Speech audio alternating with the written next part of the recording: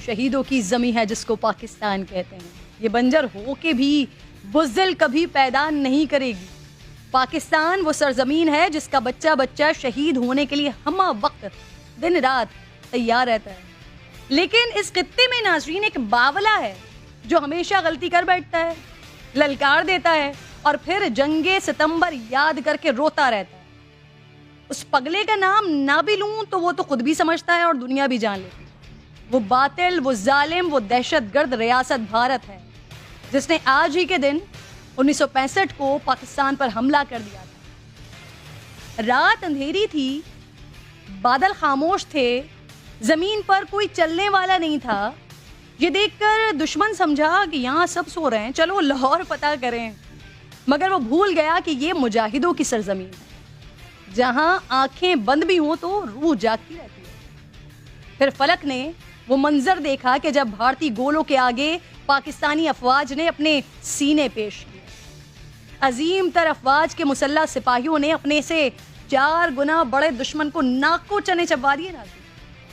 دوسری جنگ عظیم کے بعد ٹینکس کی سب سے بڑی لڑائی سیالکوٹ میں چبنڈا کے مقام پر لڑی گئی. پاک فوج نے دشمن کے 1 2 3 4 نہیں 45 ٹینکس تباہ کر دیے اور کئی ٹینک قبضے میں لے لیے.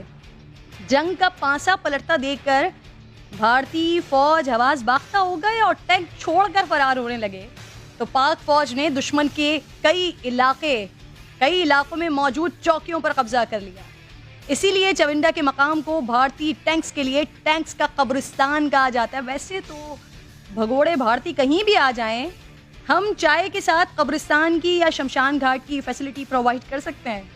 اسی جنگ میں بھارت کے 100 سے زیادہ جنگی جہاز ناظرین تباہ ہوئے جبکہ پاکستان کو صرف 30 جہازوں کا نقصان ہوا.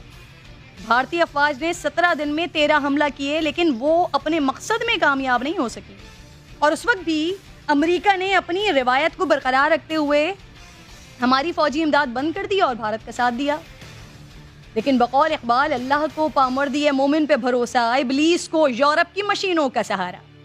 آج ہی کے دن ابلیس کے نمائندوں کی شکست نے رحمانی قوتوں کو ایک بار پھر باور کروا دیا کہ دشمن چاہے کتنا ہی طاقت میں کیوں نہ ہو, حق ہمیشہ غالب آنے کے لیے ہے.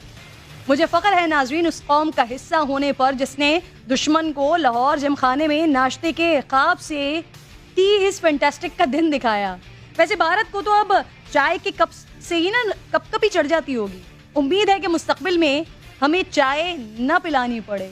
اب ہمارے آرمی کے جوان یا ہمارے سمندر کے محافظ, وہ لوگ جو ہر وقت وطن عزیز کے لیے قربانی دینے کے لیے تیار ہوتے ہیں, ان کی زندگی ناظرین اتنی آسان نہیں ہوتی ہے.